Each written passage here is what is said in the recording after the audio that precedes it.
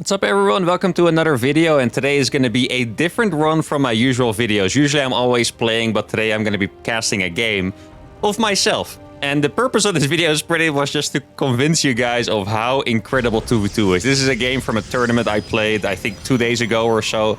Me and Goblin, obviously I am Manchego Mark against Aerokfire and Psionic. If you guys don't know who these guys are just good Protoss players on the European server. I think they're probably both about 6.2k MMR. Goblin's going to be a little bit better than that, and me, well, I'm somewhere around there, kind of depending on how funky I'm getting. But long story short, I have been getting very tired of StarCraft 2 esports. Now, I know a lot of you guys that watch my channel here are a little bit more on the entertainment side of enjoying StarCraft rather than competition. But competition can be very entertaining and is pretty important for StarCraft 2, has been in its history.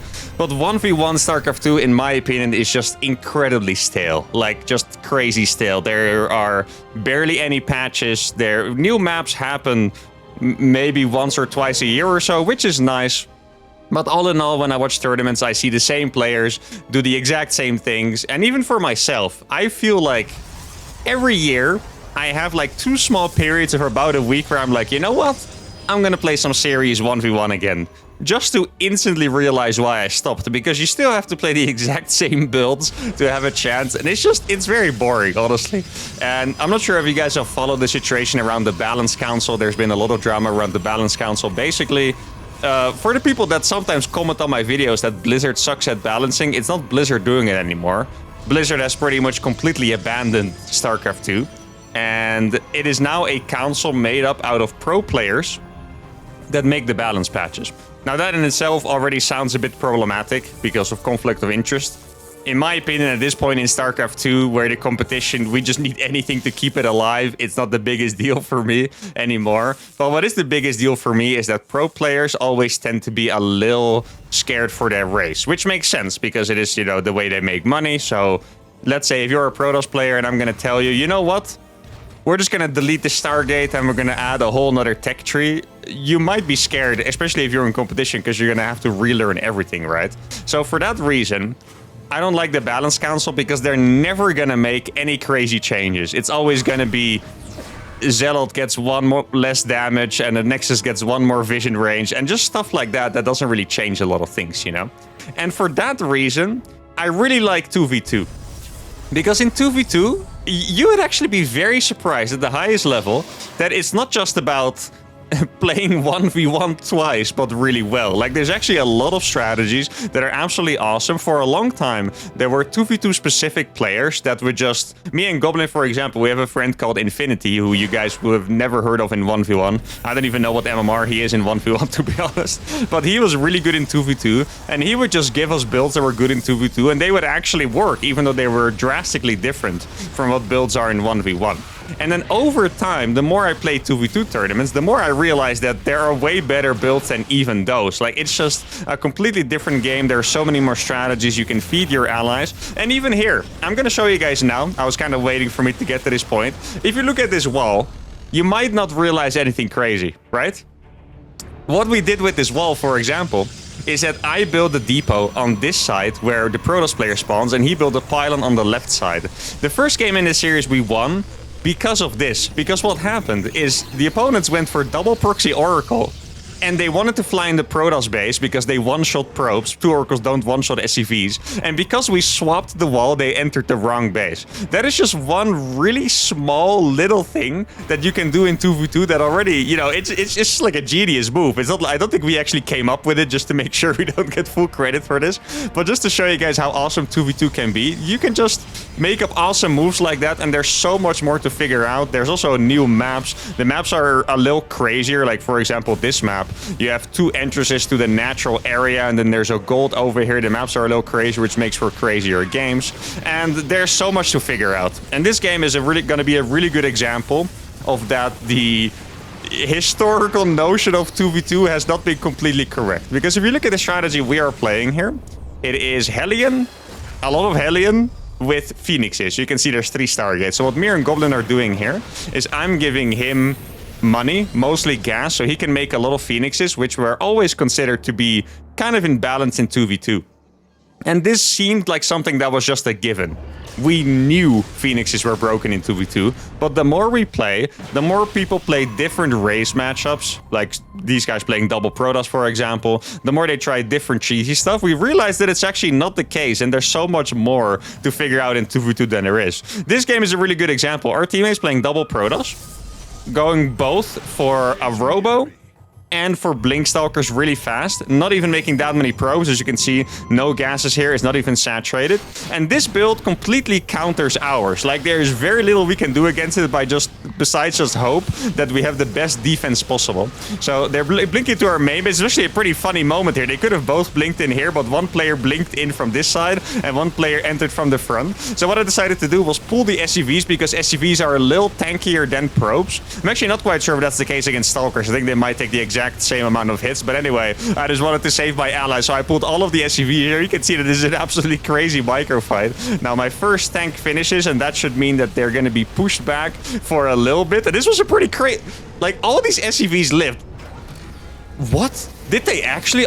I have the most workers in this game. Did all these SCVs just live? There's no freaking way that's even possible.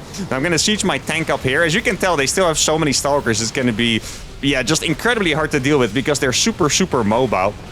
This is also an evolution, not just in terms of build orders and you know, race matchups, whatever I said, but also just in general style. Because in 2v2, I was always convinced, and it seems to be the truth, or it seemed to be the truth, that the slow A-move compositions were the best. Because if you play micro-heavy units, it's really hard to play against two players just pulling you apart by playing what we call Gateway Man, for example, which is playing mass Zealots with Blink Stalkers with a low amount of gases and just run you around everywhere. If your army is slow, you're never really going to be able to move across. Now, this was pretty much the idea. I missed the Hellion harassment there. Obviously, I'm trying to explain everything I want to explain about 2v2 as we're playing here, but basically the Hellions were not going to be very useful at home, so I decided to just spread my tanks and send every Hellion I have across the map. If you look at the worker count, now my worker count is definitely in the gutter, and we're going to be significantly behind there. My teammate's doing fine, but if you look at my supply, it is not that healthy. Now, at this point, we had so many tanks that these Phoenixes are going to go across. These Stalkers actually find the Phoenixes on accident, which was a little bit painful. Throughout this game, we're going to see some insane moments with the Stalkers, by the way. Like, at some point, they're going to make a lot of observers, but they also just had, I don't know, insane map control, insane map vision. They seem to counter absolutely everything. Now, since the attack is over, there's a little bit of downtime. I wanted to tell you guys about a little project that I was starting. So I'm not quite sure if you guys caught this, because this was on the second channel a while ago. I was getting some money to do Stasis Cups, which was basically like a $100 to $200 show match I was doing on my stream, where I would play 2v2 and invite some other players. But now, since... Oh, I haven't even thought about the tournament circuit yet. Another part about why 2v2 is being so good right now is because the main tournament circuit, organized by ESL and stuff, has not been announced, and the rumors for that are not super healthy. So all these organizers, I think it was Steadfast, Ursa TV, Wardy TV, another one that I can remember, I guess myself as well, have been doing team game tournaments, and a lot of the pro gamers have something to participate in, which is awesome. And initially, the Stasis Cup seemed like it was going to be, you know, the cool thing for me to do. But since the circuit hasn't been announced, I feel like the pro players are kind of in desperate need of... Oh, I didn't realize he was going to lose the Stargates here. That is extremely painful. In desperate need of something to compete in. So I actually wanted to host bigger tournaments instead of just the $100, $200 cup. So I've been saving the Patreon money, and my goal is to be able to host like a $1,000 monthly 2v2 tournament. And if you guys want to contribute to that, you can... how do you say this? Pledge. I was looking for the word pledge, not subscribe. Pledge to the Patreon. You can also, just for clarity, you can also donate below the video. The super thanks are always very helpful. But YouTube does take like an additional 30% cut, I believe, compared to Patreon. So if you feel like going through the effort of making an account and stuff like that, then Patreon is going to be a bit more efficient. This, just so you guys know, this is really no pressure whatsoever. Even if you guys don't, you know, get me that amount of money, I will still try to host them just with a little bit less, and that's completely fine, okay? Just make sure that I, you know, don't want to pressure you guys into that to keep StarCraft alive or something like that. I'm doing my best, but obviously, and I'm going to keep making content as well. That's one thing I didn't want to forget to say. It's not like if you guys don't donate, so I don't play 2v2, I'm going to stop making videos. Not at all. I freaking love team games, and I'm going to keep making these videos like I have. Random 2v2 on the ladder, 2v2, maybe even some show matches with high-level players. All of that is going to continue, so no worries about that. Now, at this point in the game, the situation was pretty crazy. We have me with a massive mech army. Even though it's a solid supply, it's a massive mech army. There's a big amount of phoenixes here, and the opponents have largely stalkers. There's a couple of zealots out here, but it's mostly stalkers. There's also a couple of high templars warping in. High templars are very scary because they make archons. But pretty much what we decided to do, if you look at the supply, you're like, wait, all of a sudden you guys are doing good again. How the hell is that possible? So we never made a third base. These guys have 6 bases, and they're making a 7th. And we are just 2 base aligning. I'm pulling all of my SCVs together with mech, which is incredibly unusual, of course. But we just felt like we had to do some damage here. That tank actually gets saved. I mean, my army here is absolutely fantastic against what they have, because tanks are good against stalkers as long as they're sieged. Otherwise, they're not going to be so much. Now, here we see our first Archon. Apparently, we already saw it before because it took a lot of damage. Archons are really scary. I quickly mentioned it before, but the thing is, Archons don't take bonus damage from tanks or Hellbats. So they're just really good against the mech army. And on top of that, they can't get lifted by the Phoenixes. Otherwise, the Phoenixes would have killed it by now, but they can't because they're massive. If they get enough Archons, they would be able to crush this army, but that's going to be a little bit too expensive for them. Now, Psionic here, the purple Protostale, has a lot of Stalkers, and you can tell by that blink forward that he's about to go for a counterattack. This is always the best move with Blink Stalkers, by the way. If you ever play Blink Stalkers, you get pushed by a tank army in 1v1, you always want to go for the counterattack because you can just pick off reinforcements. In this case, he's going to go for the full base rate, which I think is a really good move because this is... How many tanks is this? Like 12 tanks or something just chilling here. There's enough Phoenix to lift all the Zealots. And this is where the Phoenixes are incredibly useful because if they ever get on top of the tanks, the Phoenixes can lift those units. So now the Stalkers are in the main. And this is where it gets tricky. You would think it is just a bunch of Stalkers. These Stalkers cannot be dealt with.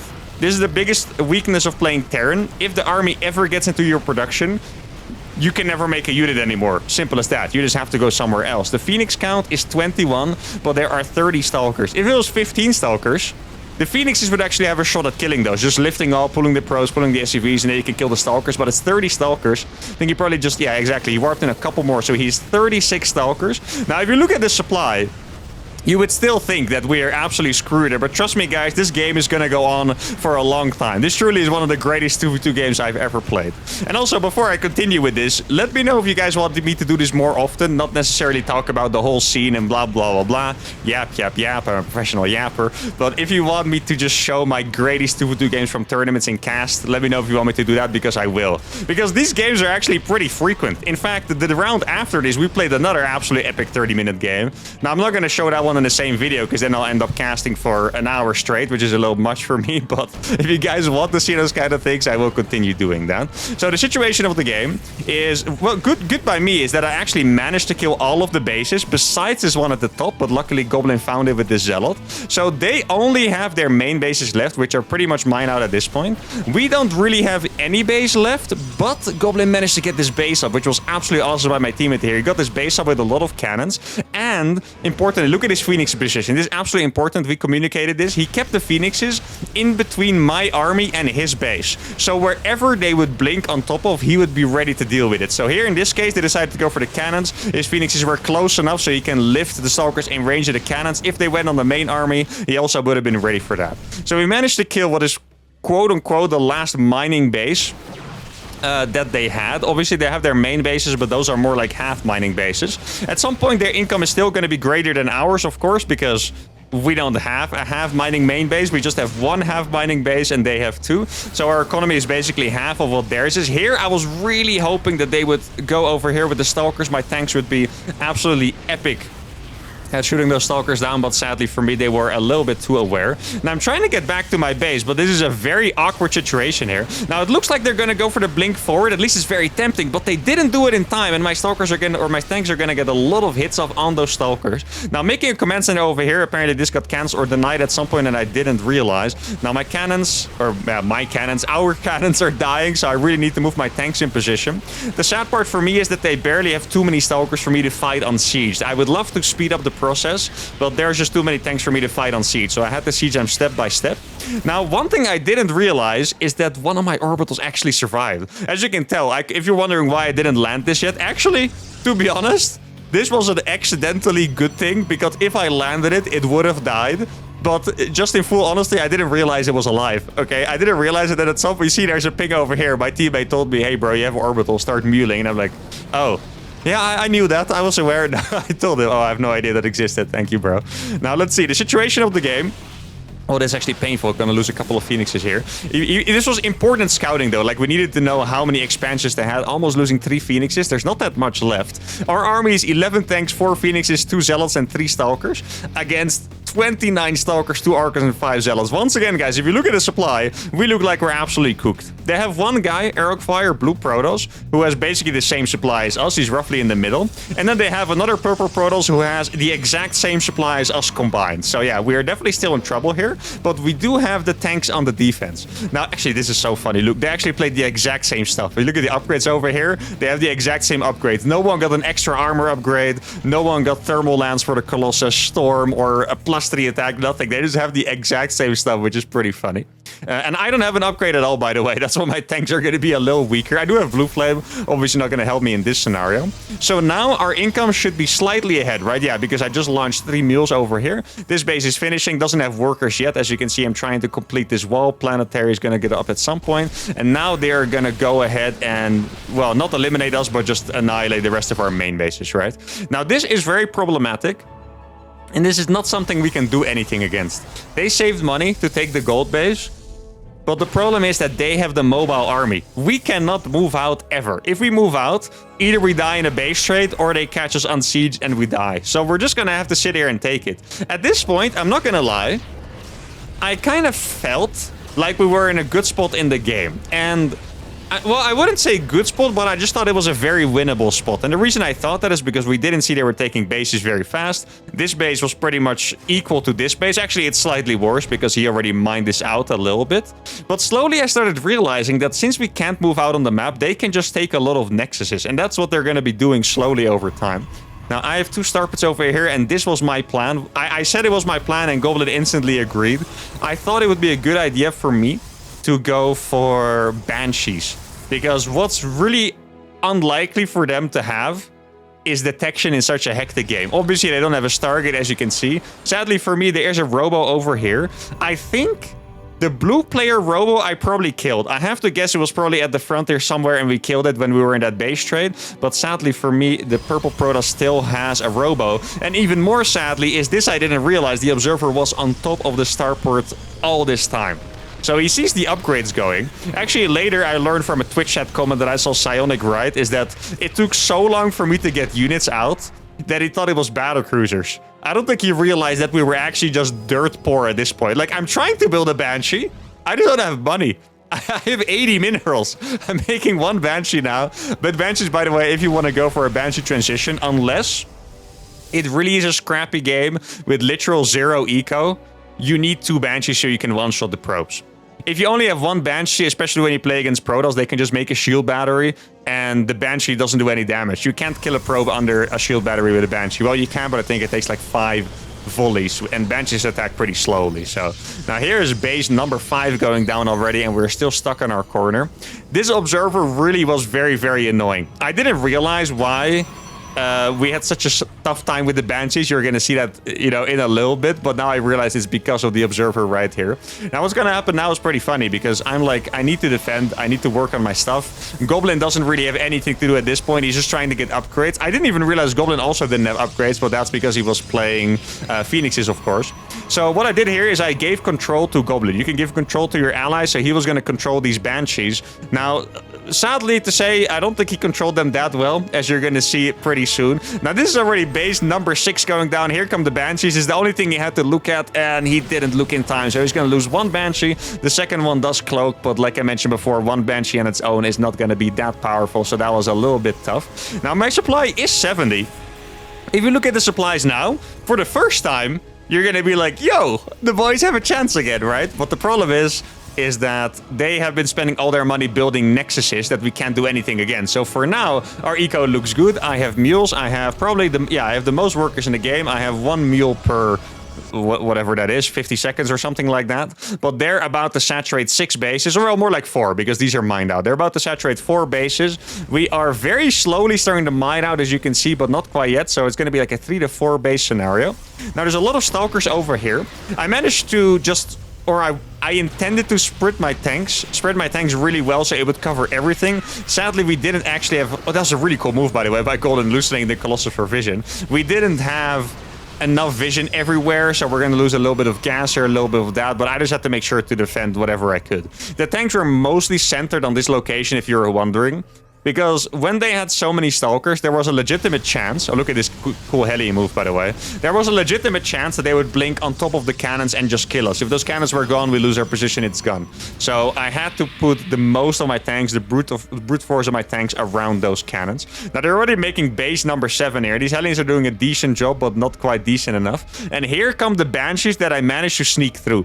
This was actually funny, because I set my Banshee past here, and my teammate saw this observer. He said, your Banshees got spotted. But these are actually the Banshees that they didn't see. And this is going to be the beginning of 5 quadrillion probes killed. They do have detection. It's not going to happen right away. But as you can see, this is why I wanted to make the Banshees. Speed and cloak is going to make them incredibly hard to catch. And since they took so many bases, that kind of opens them up for, I guess, a wider area of harassment. Like, they're not easily going to be able to defend all of it. And even better, these are, what is that, like 30 Stalkers? 28 Stalkers that are at home. These Stalkers could be here, killing this gas, I don't know, sniping a tank, sniping this gas, whatever, right? Blinking here, maybe even, that probably is not possible. Could be. I don't think so. But stuff like that, right? But instead they were at home, and that's going to be really, really good for us. There's 2 more Banshees going to fly past that observer. He's currently boosting another observer. How many observers on the map? They have 4 observers on the map. I guess that maybe the blue Protoss also has a robo. At this point, I'm not quite sure. Once again, a really good choice by him to make Archons. And here, this was actually an incredible timing. The Stalkers came back, and this observer finished at the same time, so those Banshees are sadly gonna die. But I still have these absolute beasts down here, currently on 19 kills. Keep these Banshees in mind, okay? 19 kills on these 2 Banshees. So all this time, we've just been building up. Goblin is sitting here at 36 probes, but he does have 100 supplies. He has a 60 army supply of Zealot Archon. I have 12 tanks. I'm making a Raven over here just because I got so freaking tired of those observers seeing everything all the time. Now, if we look at the income here, our income is actually looking surprisingly good. And that is all because we killed so many probes from the purple Protoss. Look at what he has mining. You would think he has 50 probes right now. He has 6 probes here, 8 probes here, and this is not even finished yet. So his eco has actually been significantly damaged. My economy is the best here. Once again, I have the healthiest worker count together with the blue Protoss, who is basically just missing 1 base. Now, yeah, we just need vision over here. This area is actually a little bit annoying. Oh, but they got distracted. I think it was the Banshees. Yeah, the Banshees went in and they got distracted, so they lost 6 Stalkers over there. That's also one of those things about 2v2, by the way. Usually there's so much action that I know I've been missing things, all right? It's impossible to follow. There are games that are even like twice as active as this, because this game was obviously, it was very active, but it was mostly very, very crazy. Now, I got 2 more Banshees over here, because I wouldn't be me if I wouldn't have multiple squads, of course. Archons are never going to lose a fight to the Banshees. They're also very unlikely to catch them. Now, here he's doing a good job with the Stalkers. He's going to deny my command center over here. I was trying to get a 3rd up, so I'm going to have to scoot over my tanks. And at this point, I decided to get a Ghost Academy because the opponent is going to make so many Archons. Right? And Archons, once again, they're going to counter mech very well, but not just that, they're also going to be really good against my teammates' new army of the Zealots. I know Goblin has a lot of Archons himself. He's spending all of his gas making Archons, but Zealots are going to have a really hard time against those. Here I'm actually using my scan for harassment, which looks a little funny. But once again, guys, we are going to get in, and those are the Goat Banshees, currently sitting on 26 kills, I believe. Gonna go easily up to 30. And you would think they really would have a cannon and battery in every base by now, but I'm telling you, at some point they just thought, okay, we have so many Stalkers, we have so much eco, we have so many observers, gonna be okay. But they have 8 bases that I can harass. And actually, truth be told here, guys, cannons wouldn't even be that great, because you would need at least 2 cannons per mineral line, and then I could probably still attack the gas or something, you know? You just really need to be in position. And not to be disrespectful to the opponents here, but I did notice throughout this game, and I actually communicated this with my teammate, that they seemed like F2 demons. And this is not disrespectful because I'm also one, but I noticed that they were just F2ing, which is the all army hotkey, their army around all the time. So at some point, especially after those first 2 Banshees, right, that just died over here to a simple blink, and you would think, just stop making Banshees, do something else. But throughout this entire game, I noticed that they were just F2 dragging their army everywhere, and that's why they don't have their army in position all the time. At this point, Aerokfire is doing a good job just having his Stalkers at the front, but Psionic, he doesn't have a single unit at home. Either he just really likes having his army on one hotkey and leaving nothing at home. I didn't even know they took this base, by the way. What on earth is this base? This already is a half mine out base too. Might as well have taken this one. Actually, I didn't notice this at all. That's pretty funny. But since they were F2ing so heavily, exactly, we can keep going in here. These Banshees currently have 44 kills. They're going up to 50 kills killing this mineral line. And this mineral line is also exposed. The Archons are out of position. I thought they were here. He must have clicked them away at some point. He's now recalling. I'm just going to finish off the probes and escape once again. He can try to blink, but he's not going to have it. And these Banshees are now on 53 probe kills. I don't think I've killed anything else with these. I think it's been 100% probe kills. Meanwhile, our army is actually starting to come together very, very nicely. I have one Raven for detection, observers, DTs, doesn't matter, right? Can also use anti-armor missile. Probably not going to be so relevant with the kind of army I have, to be honest. Tanks do a lot of damage anyway. Anti-armor missile is better for like a marine army. But anyway, the option is there. Couple Banshees for the air to ground, couple Ghosts, and then my teammate is sitting on... You would think it's only 146 supply. He only has 24 probes. This is a 124 supply Protoss army. His army is basically the size of a normal max Protoss. He just doesn't have probes. Now, it looks like I killed more workers over here. These are currently at 57 probe kills. I also have another squad over here that I've been using before. Gonna kill a lot more. Dude, I can't believe I didn't even know how many probes I killed. I don't think you can see the little menu that I usually pop up in 1v1 in team games. But I must have killed, yeah, I don't know, 200 probes throughout this game. Like, I also started off the game by run-buying my Hellions. And once again, there's not going to be any detection over here or any army because the Stalkers are on this side. And they had such a hard time with these Banshees. Can you guys imagine this game without the Banshees? I feel like they would have had every single base on the map and be maxed out on, like, Carrier Disruptor, both of them. Look at Psionic Supply. You guys remember, this might have already been like 13 minutes ago. Think about this. They finally made Phoenixes to counter the Banshees, by the way. They really should have done that a little bit earlier, I think. They realized that I was going to do more damage. But when this base trade kind of normalized or stabilized, I should say, we were all on like 35, 40 supply, and Psionic was in 80. 15 minutes later, he's on 130. In 15 minutes, he's only been able to build up 50 supply because he has just lost every probe all this time. We just didn't give him anything to build stuff with. Now, it's still funny that I never realized this base. Now, this is a very dangerous building. We're going to scout this later. Fleet Beacon. Mass carriers would definitely beat whatever we have. Keep in mind, I don't really have anti-air at all. Ghost. Some people think they have great basic attack damage. They do not. They're pretty good against Zerglings. They're really good against Zerglings, actually. They are okay against Zealots, even though not that great, because Zealots do enough damage themselves. These tanks are being very stupid. Against everything else, their basic attack basically does nothing, right? It's really a basic attack. It does nothing more than that. Now, here there's an observer.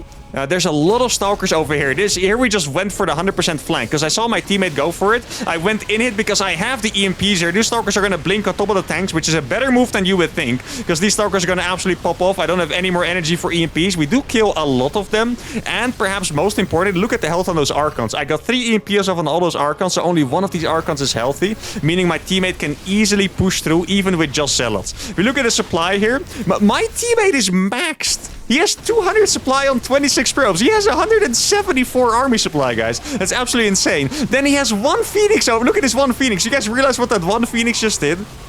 If you lift the Disruptor with the Phoenix that is shooting a Disruptor Nova, the Nova gets cancelled. He had 1 Phoenix left from the early game, and he used it to the literal most value a Phoenix could ever have by saving his army from 2 different Disruptor Novas, which is absolutely insane. Now, at this point, it looked like my teammate had the attack pretty much covered. He did lose a lot of army supply still. He's only at 148 now. Probably lost some more workers. But I just had to go back to prevent another one of those big base trades. At this point, I killed a lot of Stalkers. There are only 20 Stalkers left. Psionic always has so many Stalkers. I don't know where he even gets those from. I do think my Banshees might have died. My legendary Banshees, are they still alive? No, these are not the same Banshees. Oh, my legendary Banshees died. Probably didn't get to the 60 kills, but they did well enough. Now, even if you look at the situation here, our supply is high, our army is big, but they still have 1 million bases. Like, if we look at the income now, their income is significantly ahead here. My income is still decent because I just managed to land this base, which is absolutely important. But now they do have a couple of Tempest out, and sadly, before he killed that pylon, they were able to get another 2 out. So they're gonna have 4 Tempests right now. And now my mission in the game is pretty much to support my ally. Here he's gonna blink on top of my units, which worked well for the purple Protoss. But now I did have EMPs available, so those Stalkers are gonna get absolutely obliterated. There's a bunch of Stalkers gonna go over here. Keep in mind these Stalkers do have +3 attack. Well, actually, they only have +2. Purple Protoss didn't make any more upgrades, so this Planetary is gonna die. You would be surprised, but Stalkers are actually pretty good against Planetaries. You might not think so, because they're kind of known as like a... more like an early game unit, like maybe slightly weaker, very mobile, but against armored targets, they kill stuff very fast. So here, I lost my tanks. I'm using my Ghost to actually snipe the observers. There we go, I sniped number 1. Now I'm gonna snipe the rest of them. Here we go. My teammate is coming up with the Archons as well. I got 2 tanks over here that I'm gonna siege in range of this guy's base. There's a bunch of Stalkers, but my teammate also has a bunch of Stalkers at home combined with Zealots, though I do think... Wait, actually, Goblin got more upgrades than Psionic at the end.